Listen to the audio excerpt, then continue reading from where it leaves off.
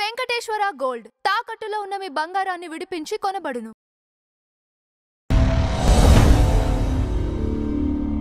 ఈ ప్రొడక్షన్ పెట్టిన తర్వాత కొన్ని ప్రాజెక్టులు మీకు లాస్ అయినాయి.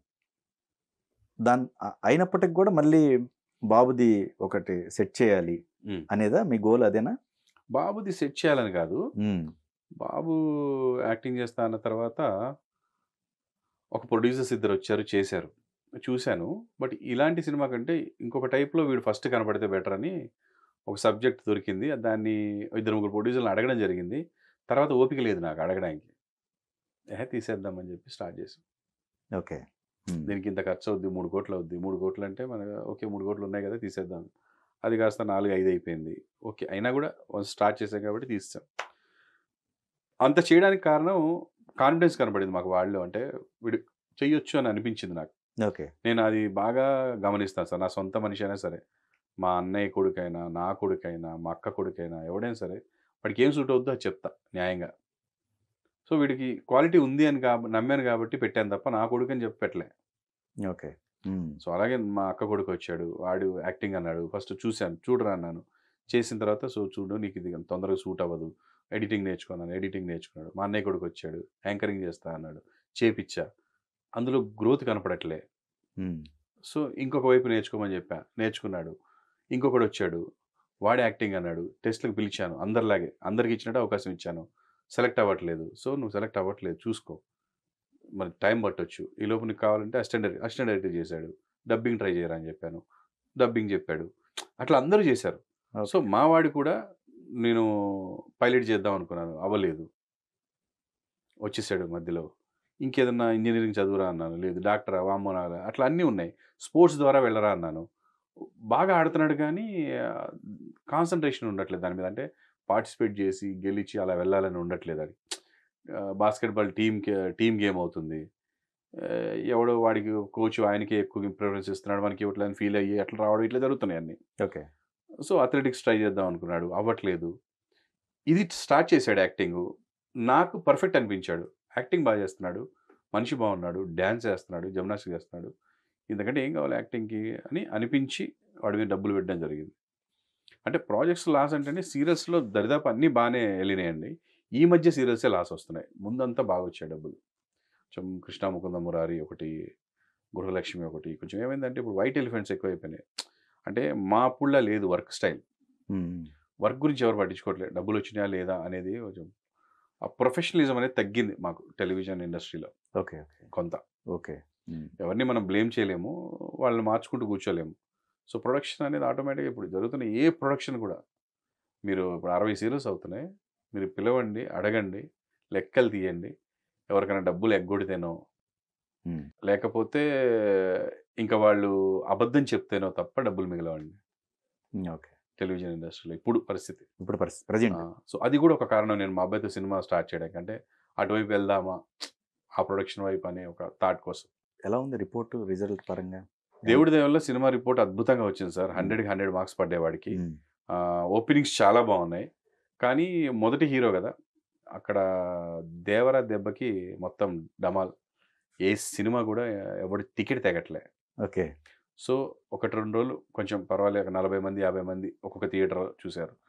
సో ఆ తర్వాత మళ్ళీ పండగ అంటే మాకు సండే తర్వాత నుంచి సండే మండే బాగా వచ్చాయి, మళ్ళీ ట్యూస్డేకి తగ్గిపోయినాయి. సో ఇది ఎలా ఉంటుందంటే అండి, థియేటర్ల ఖర్చులు పోను మనకి మిగలాలి. ఈ 5,000 10,000తో ఎన్ని రోజులు నడుపుతామండి. అండ్ థియేటర్స్ కొత్త సినిమాలు వచ్చినాయంటే పాత తీసేస్తారు. ఎవరిని ఉంచుతారంటే ఒక 50% అబోవ్ ఫిల్ అవుతున్న వాళ్ళని ఉంచుతారు. రైట్. అలా అవుతున్న ఒకే ఒక సినిమా గత 20 రోజుల నుంచి దేవరా. ఓకే. ఇప్పటికీ 80% 90% వెళ్తుంది సినిమా. ఏదేదో పిచ్చి టాకులు చెప్పారు జనాలు కానీ ఫుల్ ఉంది అది. నేను ఇంత లేట్గా చూసిన తర్వాత మొన్న వెళ్తే కూడా 90% ఫుల్ అయింది సినిమా. అప్పటికే దగ్గర దగ్గర 12 రోజులు అయింది సినిమా వచ్చి, ఇంకా అసలు ఫుల్ ఉంది. చూస్తున్నారు, మనకి స్టార్ ఉన్నాడు అక్కడ, చూస్తారు. మావాడు కొత్త కదా, ఒకటి గ్యారంటీ ఇవ్వగలను, రేపు ఓటీటీలో వచ్చినప్పుడు మాత్రం దుమ్ము దులిపేస్తాడు.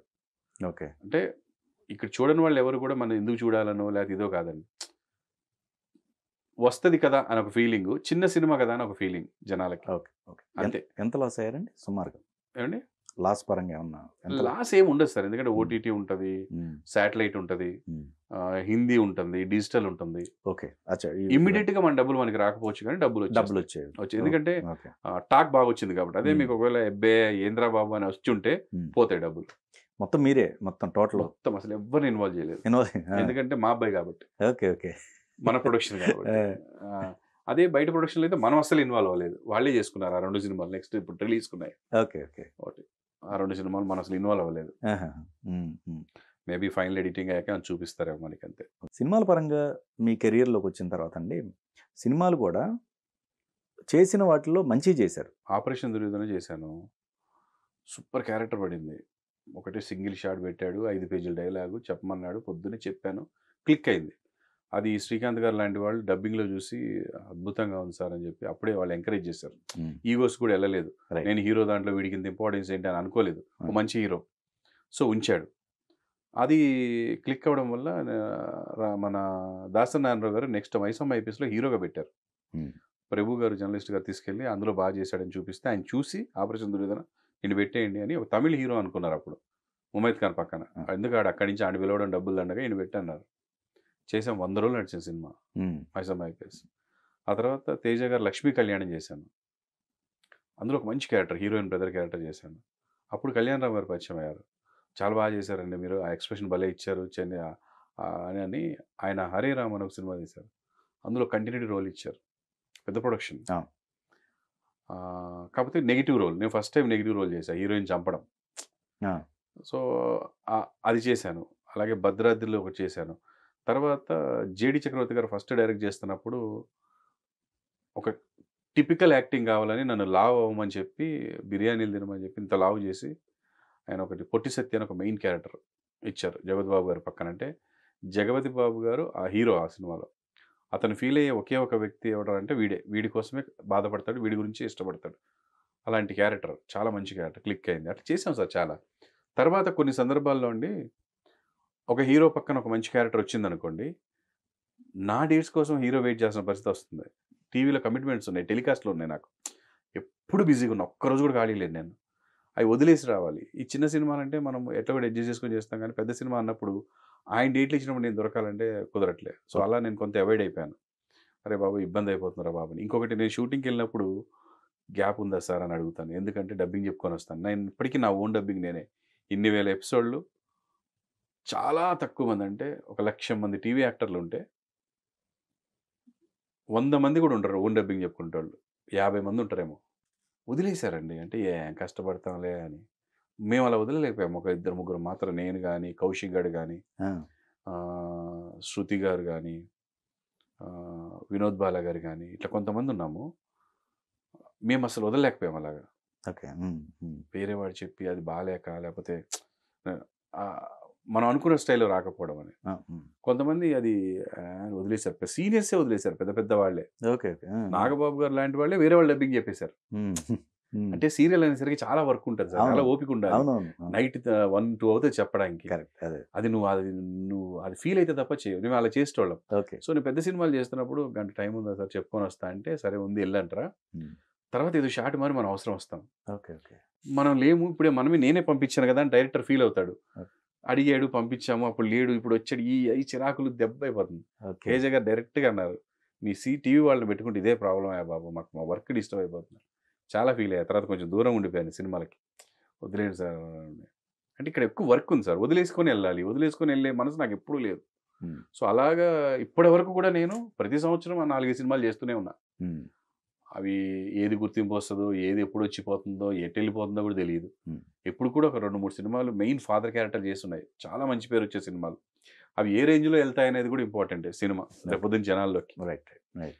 సో పిలుస్తారు, కొన్ని సెట్ అవుతాయి, కొన్ని అవ్వవు, అట్లా చేసాంలేండి. సినిమాలు కూడా 70 సినిమాలు దాకా చేశాను. 70 దాకా చెప్పుకోదగ్గే ఒక 30 ఉంటాయండి క్యారెక్టర్స్. 30 కొంచెం వచ్చిపోయి పెద్దగా అనిపించిన క్యారెక్టర్లు ఒక 40-50 ఉంటాయి. అంటే మనం చేసిన తర్వాత కట్ అవ్వడమో లేకపోతే ఇంకోటో. నాకు తెలియదు, కోదండరామిరెడ్డి గారి అబ్బాయి వైభవ్ ఫస్ట్ మూవీలో నేను మెయిన్ విలన్గా చేశా, సినిమా అంతా చేశా, డబ్బింగ్ కూడా చెప్పా. రిలీజ్ రోజు వెళ్తే నేను లేను అక్కడ. ఇప్పుడు అమ్మ టోటల్ క్యారెక్టర్ వేరే వాడిని పెట్టి రీషూట్ చేసారు. ఏంటని కో డైరెక్టర్ అని అడిగితే, బాబు నీ ఎక్స్ప్రెషన్ ఎక్కువ ఉంది ఆయనకంటే, ఆయన డల్ అనిపిస్తున్నాడు అని చెప్పాడు. అది వినడానికి ఎలా ఉంటదండి అది? ఆ, ఎవడికి చెప్తాం మనం, అది చెప్తే హెచ్చులాగా ఉంటది ఎవరికన్నా. అలా కూడా తీసేస్తారని నాకు తెలియదు. ఓకే. పాపం పేమెంట్ ఇచ్చేసి అన్నీ అయిపోయినాయి. అదే. సూపర్ క్యారెక్టర్ చేసి వచ్చాం మనం. అరే సినిమా రిలీజ్ అవుద్ది, మనకి మంచి బ్రేక్ వస్తుందని మనం అనుకుని థియేటర్కి ఇది నలుగురు తీసుకొని వెళ్తే మన క్యారెక్టరే రాదు, ఓకే. వేరే వాడు చేస్తున్నాడు అక్కడ. సో అలాంటి సందర్భాలు కూడా బోల్డ్ జరుగుతాయి సినిమాల్లో. ఓకే. ఓకే. అంటే నేను మిమ్మల్ని హైలైట్ చేయాలనుకున్నప్పుడు పక్కన హైలైట్ అయితే తీసేస్తారు ఒక్కోసారి. ఓకే. ఒక్కోసారి మంచి పెర్ఫార్మెన్స్ కూడా మీకు దెబ్బ అవుద్ది కొన్ని సందర్భాల్లో. కొన్ని సందర్భాల్లో హెల్ప్ అవుతుంది. అంటే కమల్ హాసన్ గారు లాంటి వాళ్ళతో యాక్ట్ చేసాం అనుకోండి, మంచిగా చేసి చూడొస్తే వాళ్ళు పొగుడుతారు. ఇప్పుడు నన్ను బాలకృష్ణ గారు ఫస్ట్ డైలాగ్లోనే పొగిడారు. ఒక్క మగాళ్ళు నేను ఎంటర్ అయ్యాను, ఒక సందర్భంలో డైరెక్ట్గా వచ్చేసి ఒక పెద్ద డైలాగ్ చెప్పాలి బ్రిటిష్ వాళ్ళ గురించి. వచ్చాను, టకటక చెప్పాను, కట్ అయిపోయింది. శభాష్ భలే చెప్పావా అన్నాడు. అది హెల్ప్ అవుతుంది ఒక్కోసారి.